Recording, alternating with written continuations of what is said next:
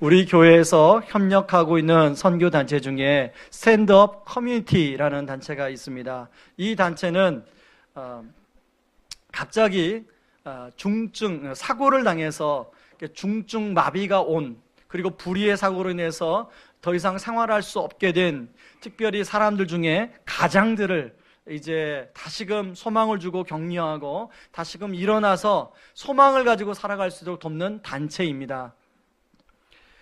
여러분, 이런 일을 당하게 되면 사실은 그런 이제 사람을 가족들만 이렇게 간호하다가 결국은 우울증에 걸리고 결국은 낙심과 절망 가운데 살아가게 됩니다. 그런데 이 단체에서 여러 명이 함께 수시로 찾아가서 위로하고 격려하고 무엇보다도 복음을 전하고, 그래서 그분이 그 자리에서 다시금 뭔가 새로운 소망을 갖고 새로운 삶을 살게 만드는 것입니다. 여러분, 이 단체가 지금 올해로 7년이 되었는데요, 최근에 7년 동안의 사역의 열매를 모아가지고 책을 냈습니다. 그래서 제가 이 책이 나왔다는 소식을 듣고 지난주 이제 금요일날 서점에 가서 이 책을 구입해서 읽어봤는데요, 그 책 제목이 나는 인생을 새로 쓴다입니다. 그 책을 읽어보면 거기에 나온 한 분 한 분이 정말로 사고를 당하기 전보다 사고를 당한 이후에 새로운 인생을 살아가는 그런 모습이 나와 있습니다. 이 단체가요, 2010년에 2월 달에 한 가장의 사고로 인해서 이 단체가 만들어졌는데요, 제가 그 단체인 임민환 대표님이 쓴 내용을 잠깐 읽어드리겠습니다. 2010년 2월 25일 인도네시아 자카르타에서 보트 사고가 난 날 내 모든 인생이 한순간에 변해버렸다. 어깨 밑으로 대부분의 기능이 마비되는 경추골절의 중상을 입고 나는 한국으로 이송되었다. 자책감과 가족에 대한 죄송스러움, 그리고 앞으로 미래에 대한 염려 때문에 어떤 수면제도 듣지 않는 이국의 밤이 계속되었다. 처음에는 서너 달 입원하면 다시 회사를 다닐 수 있을 것이라고 생각했었지만 시간이 흘러도 몸은 적응이 되지 않고 계속 아프기만 하였다. 무엇보다 남은 인생에서 홀로 할 수 있는 것은 아무것도 없다고 생각하니 끔찍하고 괴로워 견딜 수가 없었다. 여러분, 제가 사진을 준비했습니다.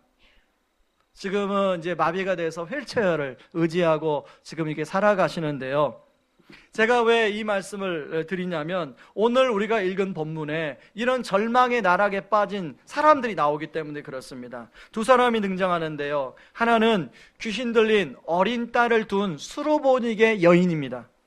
여러분, 마가복음 7장 25절을 같이 한번 읽습니다.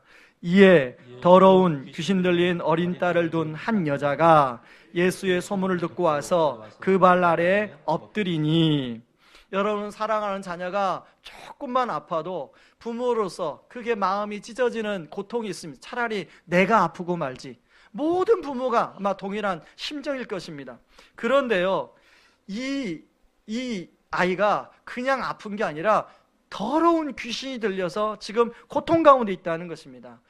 같은 내용을 다룬 마태복음 15장에는요 이걸 잘 이렇게 이 고통을 잘 표현하고 있는데 15장 22절을 한번 읽어보겠습니다.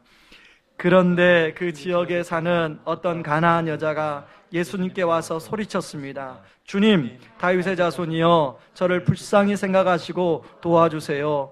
제 딸이 귀신 들려서 매우 고통받고 있습니다. 여러분, 26절에 보면 이 여인이 나와서 예수님께 간절히 기도하는 내용이 나오는데요, 여기서 나오는 이 간구하라는 현재형입니다. 이 헬라어의 현재형은 포기하지 않는 거예요. 지속적으로 하는 거예요.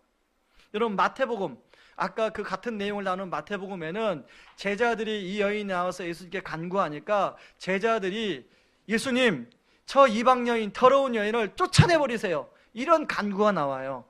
그런 우리가 아니 이 제자들은 인격도 없나? 그럴 수가 있는데 그 당시 우리가 여러분 1절부터 23절에 살펴보듯이 지난주에 그 유대인들은 부정한 것에 대해서 굉장히 자신을 정결하게 하려고 했던 사람들입니다. 특별히 음식도 부정한 음식은 안 먹고요. 특별히 이방 사람들은 이방 신을 제사하는 사람을 생각해서 부정한 사람이라고 여겼어요. 근데 그들과 함께 있으면 자기가 부정한 사람이 되는 거예요. 근데 그런 맥락에서 이 여인이 빨리 이 여인을 떠나보내라고 이제 제자들이 그런 요청을 하는데요. 여인이 꿈쩍도 하지 않습니다. 예수님께 계속 간구하는 내용이 나와요. 그런가 하면 32절에 나오는 귀먹고 말 더듬는 사람, 여러분 이 귀먹고 말 더듬는 사람 한번 32절을 읽어보겠습니다. 같이 읽습니다. 사람들이 귀먹고 말 더듬는 자를 데리고 예수께 나와여 안수하여 주시기를 간구하느를. 여러분 예전에 제가 사는 그 시골에, 또 여러분이 살았던 그 시골에 보면 꼭 이런 사람들이 있습니다. 귀 먹고 말이 어눌해가지고 소통이 안 되는 사람.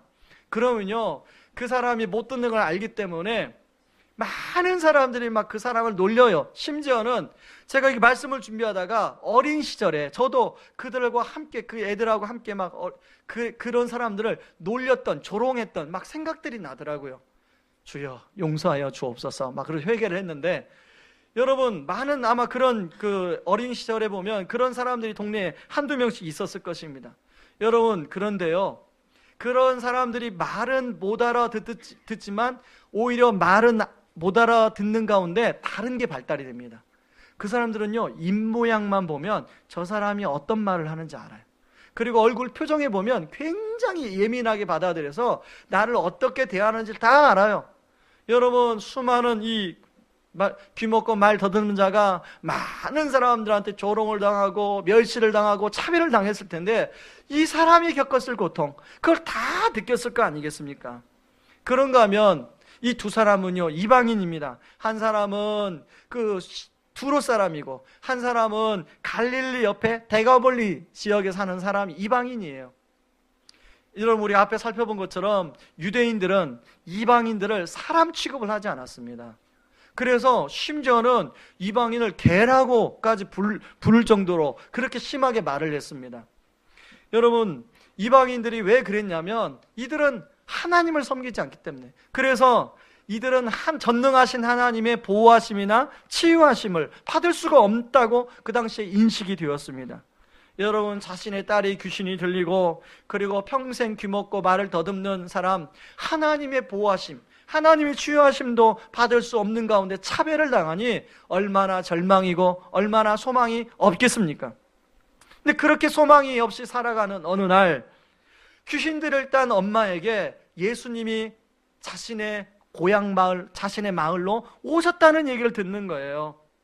여러분 오늘 24절에 보면은 예수님이 아무도 모르게 하시려 했다고 나오는데요, 사실은 예수님은 갈릴리에서 이제 사역에 많은 사람들을 사역하다 보니까, 그리고 또 종교 지도자들에게 언쟁을 하다 보니까 좀 쉬고 싶었어요.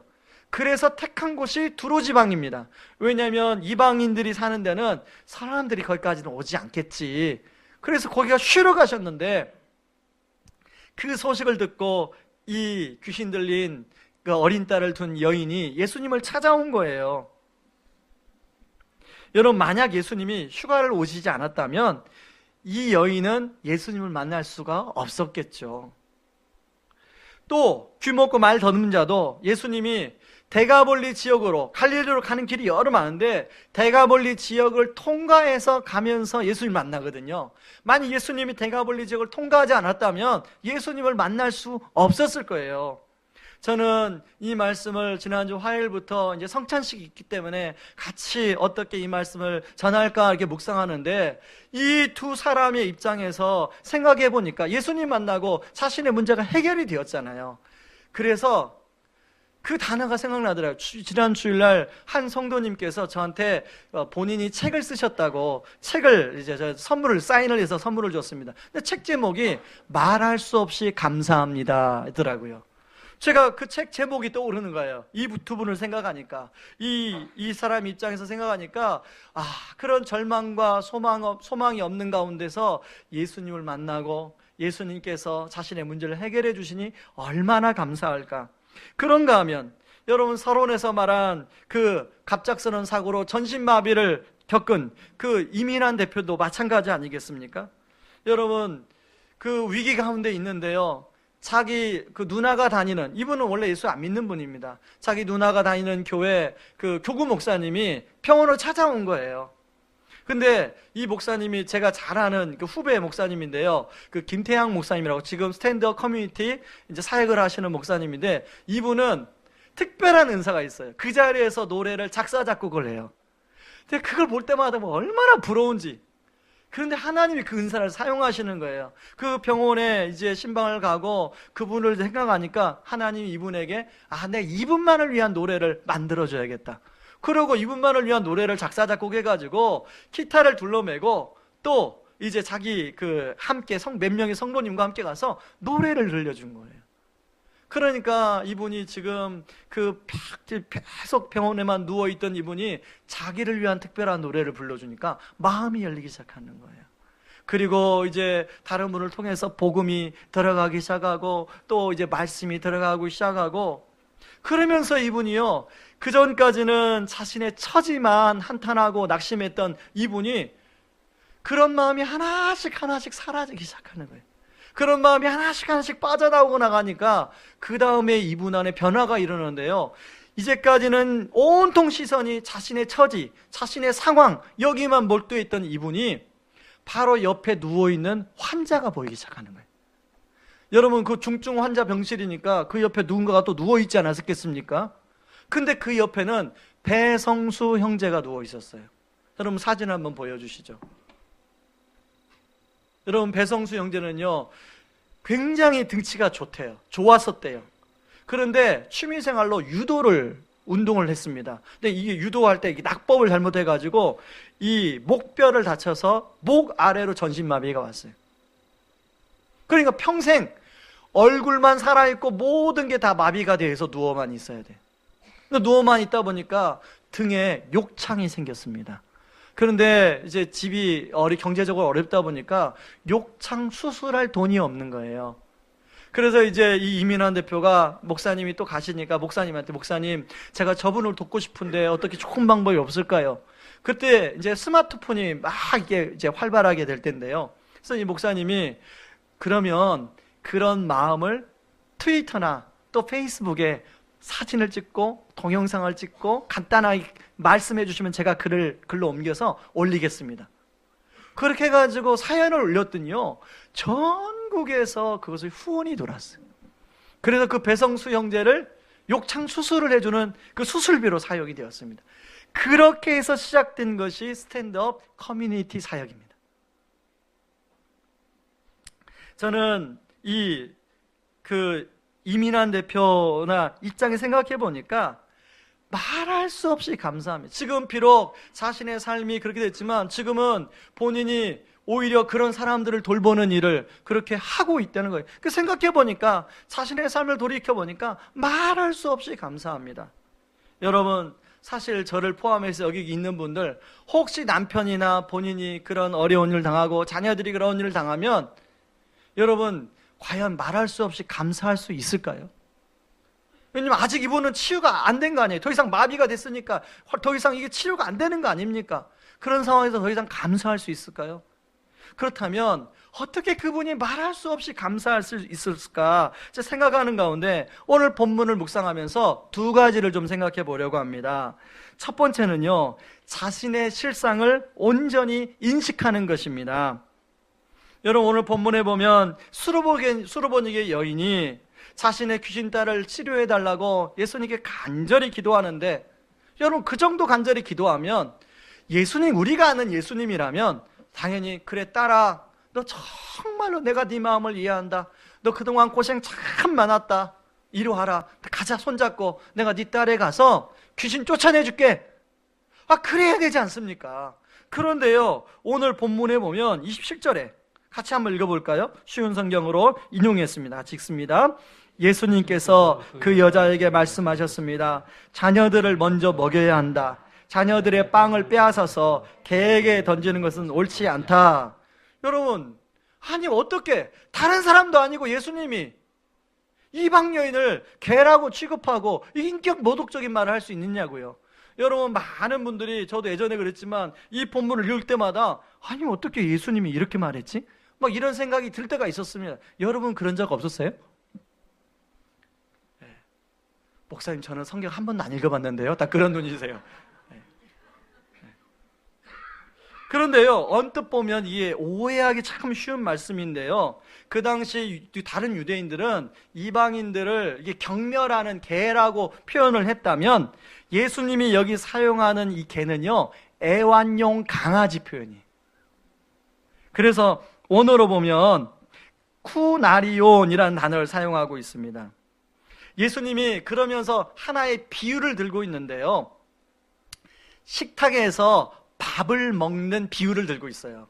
여러분, 집에 애완용 강아지 키우는 분들을 한번 상상해 보세요. 집에서 이렇게 밥을 먹으면, 가족들이 밥을 먹으면 애완용 강아지가 와가지고 자기를 사랑하는, 가장 사랑하는 사람 정말 얼굴만 바라봐요. 그러다가 뭘 하나 딱 던져주면 그걸 또 금방 먹고 또 바라봐요. 여러분, 그 모습을 한번 생각해 보세요. 지금 예수님이 그 비유를 들고 있는 거거든요.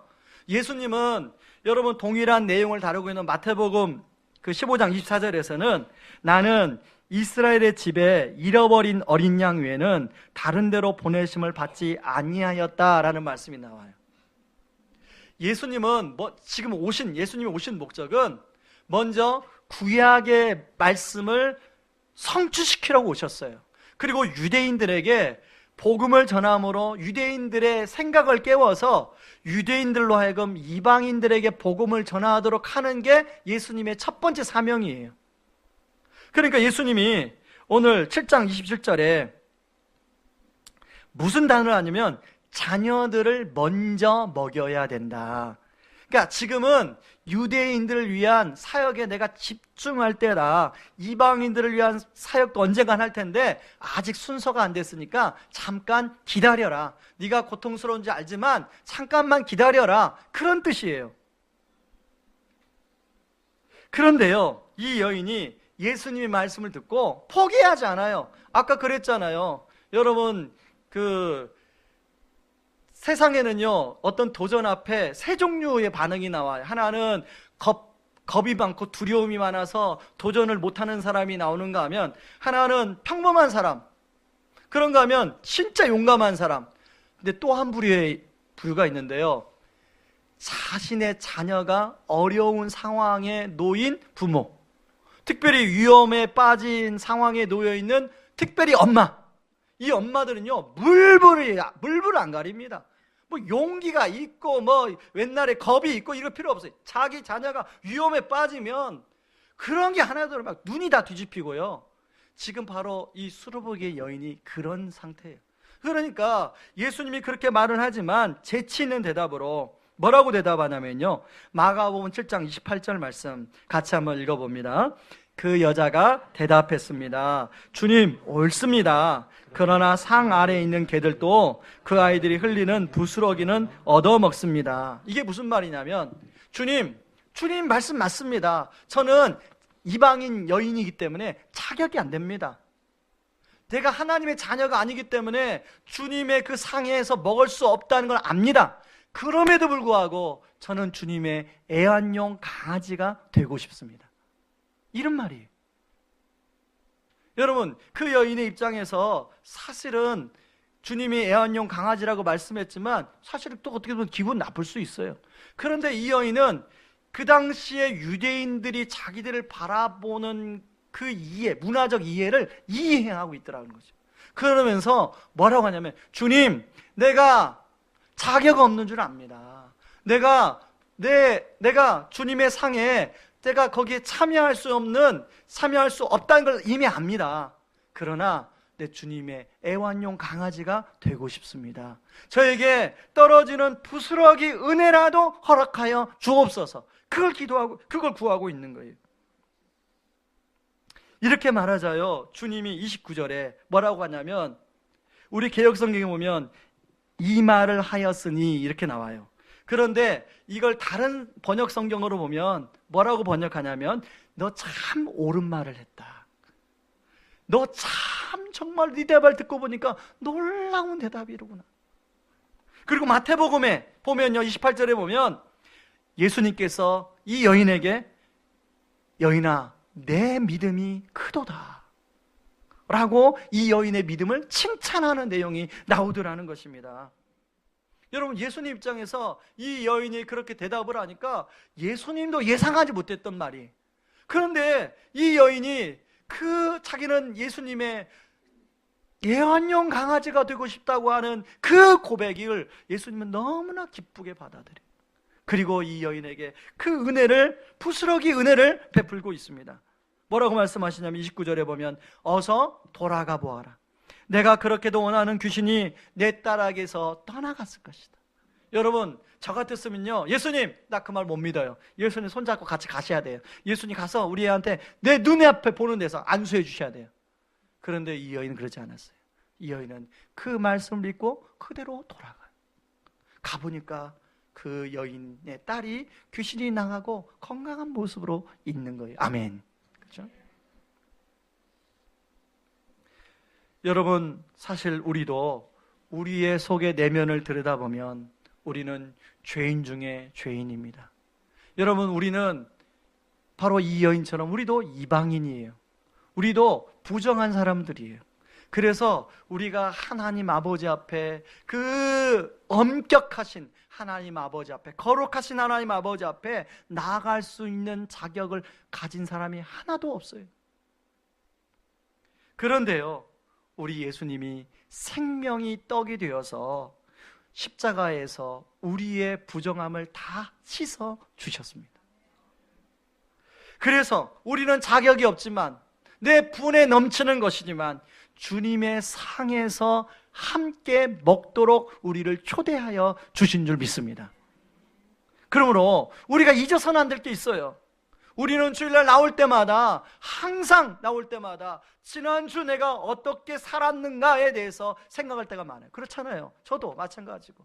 그래서 살아온 어떤 행함의 열매가 있으면 주님 앞에 나오는 것이 떳떳하고, 그렇지 않으면 늘 죄인스러운 모습이 나오는데, 우리가 두 가지 아닙니까? 일주일 동안 그런 대로 잘 살아주신 분도 계실 것이고, 또 일주일 동안 어떤 가지 죄의 유혹 가운데 또 넘어지신 분도 계실 것이고, 그러나 우리가 붙들어야 할 것은 우리의 행함이 아니라 바로 주님이 십자가에서 우리의 생명의 떡이 되어주셔서 우리의 부정함을 씻어주신 그 은혜를 붙들어야 된다는 것입니다. 여러분, 저나 여러분이나 지금 여기에 앉아있을 자격이 하나도 없습니다. 그런 우리, 분에 넘치는 은혜를 우리에게 베풀어 주신 그 주님이 우리에게 이 생명의 떡의 잔치에 초대해 주셨는데, 이것이 은혜라는 거예요. 이것을 깨달을 때 우리 안에서 나올 수 있는 고백은 바로 주님, 정말 말할 수 없이 감사합니다 라는 고백이 나올 수밖에 없다는 거예요. 내 처지가 어떻든 간에, 내 상황이 어떻든 간에, 내 형편이 어떻든 간에, 내 삶의 열매가 어떻든 간에, 하나님, 주님이, 내가 어떻든 간에 주님이 나에게 은혜를 베풀어 주시니 말할 수 없이 감사합니다, 이 고백을 드릴 수밖에 없다는 거예요. 여러분, 아까 그 욕창을 수술받은 우리 배성수 형제님, 지금 이 배성수 형제님은요, 아까 말씀 목 아래로 모든 게 마비가 됐어요. 여러분, 그런 분이 뭘 할 수 있겠습니까? 그런데요, 그분이 입으로 스마트폰에다가 글을 써요. 그리고 사람들에게 페이스북에서 복음을 전해요. 특별히 자살하려고 하는 사람들, 삶의 절망 앞에서 삶을 포기하려고 하는 사람들, 낙심 가운데 있는 사람들, 절망 속에 있는 사람들. 그래서 제가 최근에요, 오늘 아침에 그분 페이스북에 들어가서 최근 글을 제가 캡처를 좀 해왔습니다. 보여주시기 바랍니다. 한 자매에게 쓴 글이더라고요. 한번 읽어보실래요? 주님이 당신을 여기로 이끌었다면 주님은 당신이 그것을 해결할 수 있도록 하실 것입니다. 어떤 자매, 어떤 상황에 있는 자매인지 모르겠어요. 한 자매더라고요, 이름. 여러분, 배성수 형제, 저 글을 우리는 금방 쓸 수 있죠. 그런데요, 저 배성수 형제는 그 터치펜을 잡고 이렇게 하나하나 쳐야 돼요. 그런데 저 형제가 예수님을 만나고 자기의 생명의 떡의 잔치에 초대해 주신 그 예수님을 만나고 자신의 상황 여전히 동일해요. 목 아래로는 전신 장애가 입어가지고 아무것도 손도 움직일 수 없고 발도 움직일 수 없어요. 그냥 여기만 살아 있어요. 그런데 그런 사람이 누워서 많은 사람들의 생명을 살리는 일을 하고 있더라는 것입니다. 여러분, 예수 믿는다는 것은, 예수님이 우리에게 생명의 떡의 잔치에 초대해 주셨다는 것은 바로 우리가 어떤 상황과 어떤 형편과 어떤 처지에 있든 간에 다시금 예수님 붙들고 일어나라. 아까 우리 찬양대가 일어나라는 찬양을 해줬는데 그 찬양처럼 우리가 그 자리에서 일어날 수 있도록 해주시는 줄 믿습니다. 여러분, 우리 성도님들 한 주간에 어떤 상황이 있었든 간에 오늘 예배를 통하여 그 영혼이 일어나는 역사가 있기를 주의 이름으로 축원합니다. 그런가 하면 두 번째요, 여러분, 있는 그대로 사랑을 받아들이시기 바랍니다. 여러분, 예수님의 사역이 보면 여러 가지 병자를 치유해 주시는 사역이 나오는데요, 오늘 이 귀 먹고 말 더듬는 이 장애를 입은 이분을 치료하는 사건이 좀 독특해요. 여러분, 마가복음 7장 33절 34절 말씀을 같이 한번 읽어봅니다.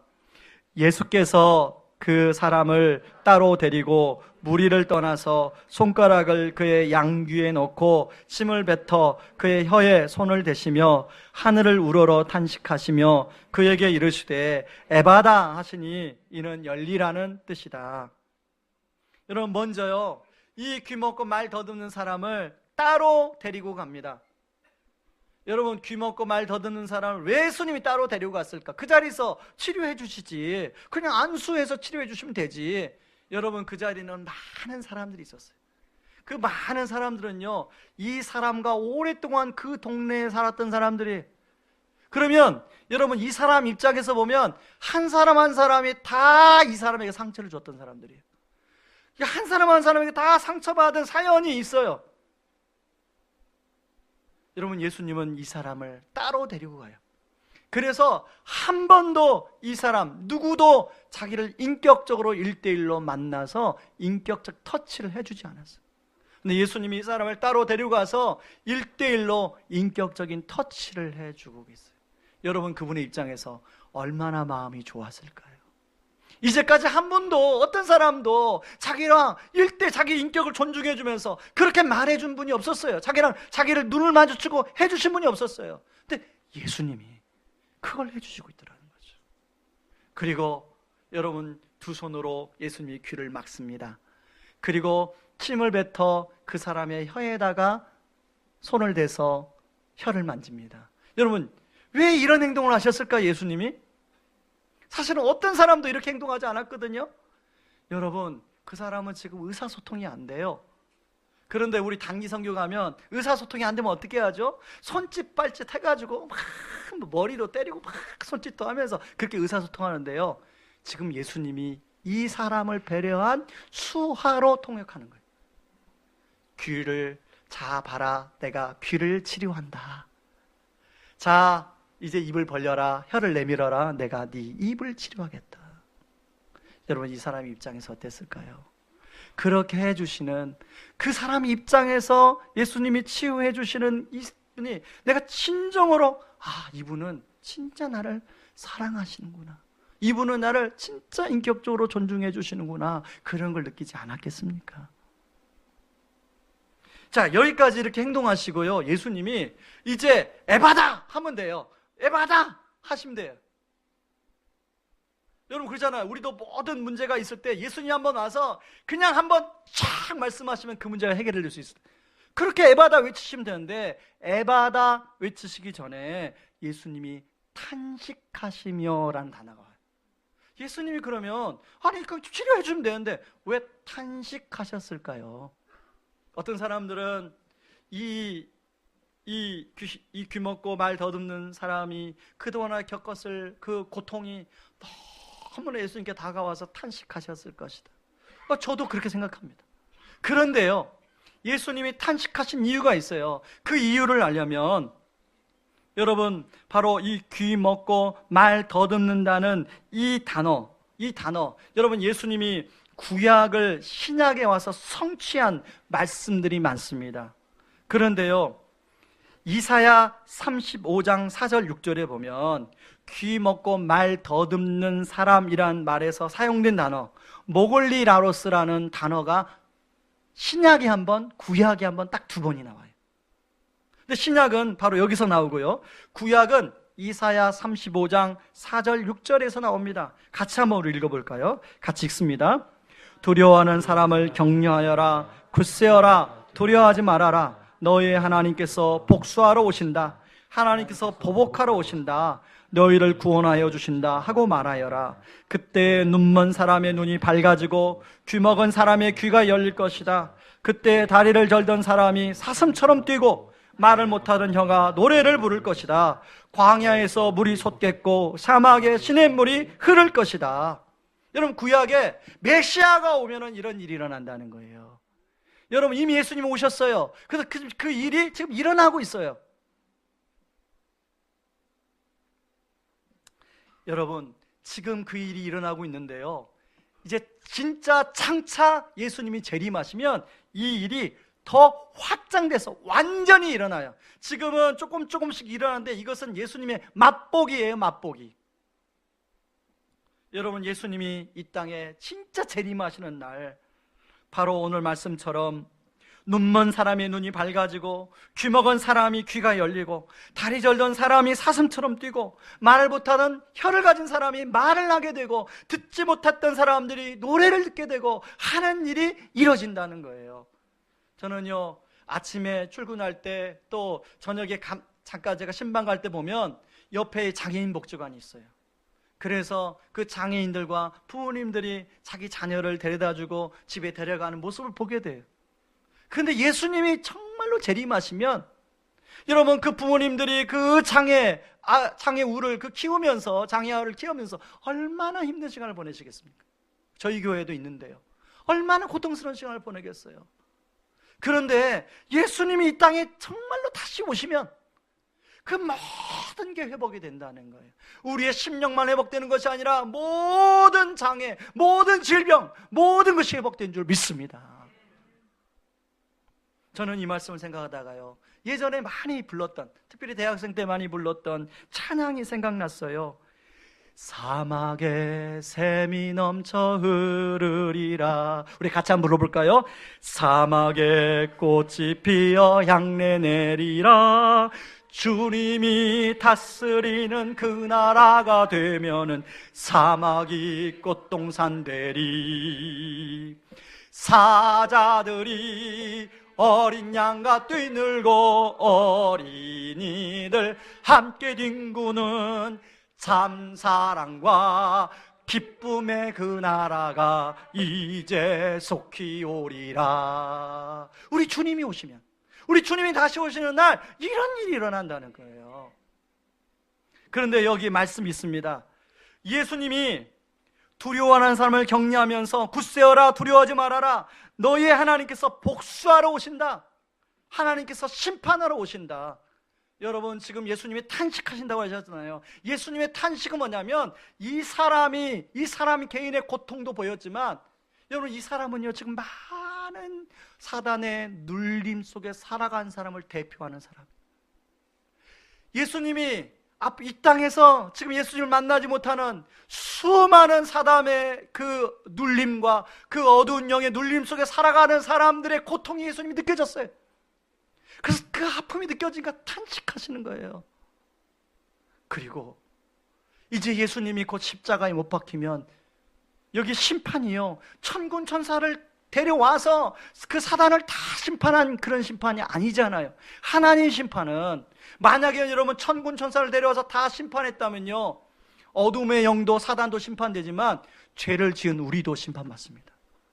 죄를 지은 우리가 구원받을 수 있는 길이 없어요. 왜? 우리도 죄 가운데 빠졌기 때문에. 그런데 그렇게 심판하지 않으시고 하나님의 심판은 역설적인 심판으로 왔어요. 자기 아들 예수 그리스도를 먼저 십자가에 내어주셨어요. 그리고 우리의 죄를 위해서 예수 그리스도가 그 십자가에서 우리의 죄를 위해서 모든 보혈, 우리의 부정함을 다 씻는 그런 일을 먼저 하셨어요. 사단은 그 예수님이 십자가에 못 박히는 모습을 보고 박수를 쳤지만 바로 그게 하나님이 그 어둠의 영을 심판하시는 하나님의 방법이었습니다. 그렇게 십자가를 못 박히셨지만 예수님은 3일 후에 부활하면서 진짜 모든 어둠의 영을 다 심판하셨어요. 여러분, 앞에서 말씀드린 불의의 사고를 겪은 분들이 예수 그리스도를 믿고 그 자리에서 다시 일어날 수 있었던 그 이유가 뭘까요? 바로 그분들이 붙들었던 것은 바로 이 모든 것을 어둠의 영을 심판하시고 지금도 비록 아직 온전히 오시지 않았지만 지금도 영으로 함께 계시는 그 예수님, 소망 되시는 예수님을 믿었기 때문에 거기서 다시 살아나는 거 아니겠어요? 다시금 매일매일 새로운 인생을 살아가는 거 아니겠습니까? 그 전신마비된 형제가 그 가운데 소망을 품고 자살하는 친구들, 자살하려고 하는 친구들, 절망 속에 있는 사람들 상담하며 그들을 새롭게 회복시키고 있는 사역을 하고 있지 않겠습니까?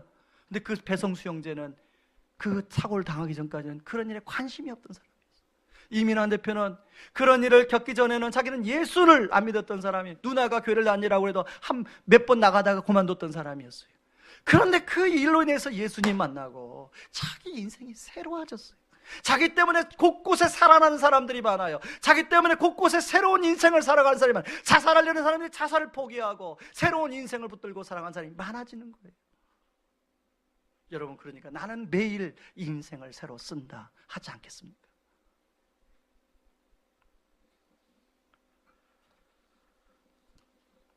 여러분, 저는 말씀을 마무리하기 전에요, 여러분 사무엘하 9장 7절 말씀 하나만 더 보고 말씀을 마무리하고 성찬식을 진행하려고 합니다.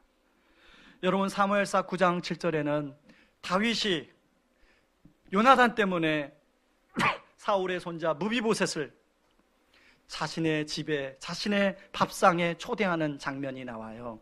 여러분, 9장 7절 말씀을 같이 한번 읽어보겠습니다. 같이 읽습니다. 다윗이 그에게 이르되 우소하지 말라.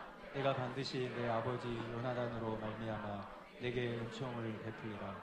내가 내 할아버지 사울의 모든 밭을 다 내게 도로 주겠고 또 너는 항상 내 상에서 떡을 먹을지니라 하니.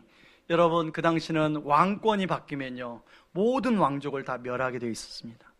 그래서 무비보셋이 꽁꽁 숨었어요.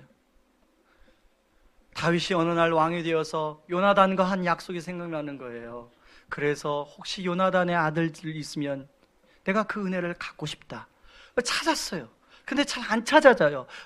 열심히 찾다 보니까 무비보셋이 찾아졌어요. 근데 무비보셋은 어린 시절 도망가다가 유모가 떨어뜨려 다리를 접니다. 장애인이에요. 여러분, 무비보셋이 다윗 왕이 자기를 찾는다는 이야기 들었을 때 어떤 마음이 들었을까요? 나는 이제 죽었구나. 난 더 이상 이제 소망이 없구나. 나는 이렇게 끌려가면 이제 죽는구나. 그리고 왕 앞에 갔어요. 죽을 각오를 하고 갔어요. 근데 왕 앞에서 왕을 통하여 나오는 말씀이 뭐예요? 사형! 이게 아니라 내가 너를 나의 왕의 상에, 요나단, 네 아버지 요나단 때문에 내 왕의 상에 너를 초대하고 내가 너를 앞으로 왕자로 대우하실 거다. 아멘. 여러분, 우리가 무비보셋 아닙니까? 자, 무비보셋이 뭐라고 대답을 해요? 9장 8절 말씀 같이 한번 대답 봅니다. 그가 절하여 이르되 이 종이 무엇이기에 왕께서 죽은 개 같은 나를 돌아보시나이까 하니라. 무비보셋은요 자기를 죽은 개라고 생각했어요. 그런데 왕의 말을 듣고 하나님, 내가 무엇이기에 죽은 개 같은 나를 돌아보시나이까. 여러분, 우리는 무비보셋은 요나단 때문에 그런 은혜를 받았지만 우리는 누구 때문에 그런 은혜를 받았습니까? 예수 그리스도. 예수 그리스도 때문에 우리는 죽은 개 같은 우리였어요. 그런데 그런 우리를 주님은 왕 같은 밥상, 만찬의 자리에 초대해 주시고 있더라는 것입니다. 이제 성찬식을 하려고 합니다. 이 성찬식은 우리가 하나님 나라에서 누리게 될 하나님의 만찬을 이 땅에서 맛보는 것입니다. 그래서 하나님 나라에서 베푸실 잔치에 비하면 아주 초라합니다. 보잘것이 없을 수 있습니다. 완전하지 않을 수 있습니다. 그러나 한 가지 분명한 것은 우리 주님이 이 만찬을, 성만찬을 기념하라고 하신 이유가 있어요. 왜냐하면 우리는 자주 하나님의 구원의 은혜, 하나님의 자녀됨의 은혜를 잊어버리고 살아요. 어떤 상황 속에, 어떤 근심 속에, 어떤 눌림 속에 있다 보면 이거 다 까먹고 잊어버려요. 그래서 불신자나 똑같이 생활해요. 그럴 때마다 주님은 성만찬을 통해서 내가 여전히 너를 하나님의 아들로, 딸로 사랑하고 있다. 내가 여전히 너희를 하나님의 아들과 딸로 사랑할 뿐만 아니라 지금도 너와 함께 하신다. 이 확증을 보여주신 것이 성만찬인 줄 믿습니다.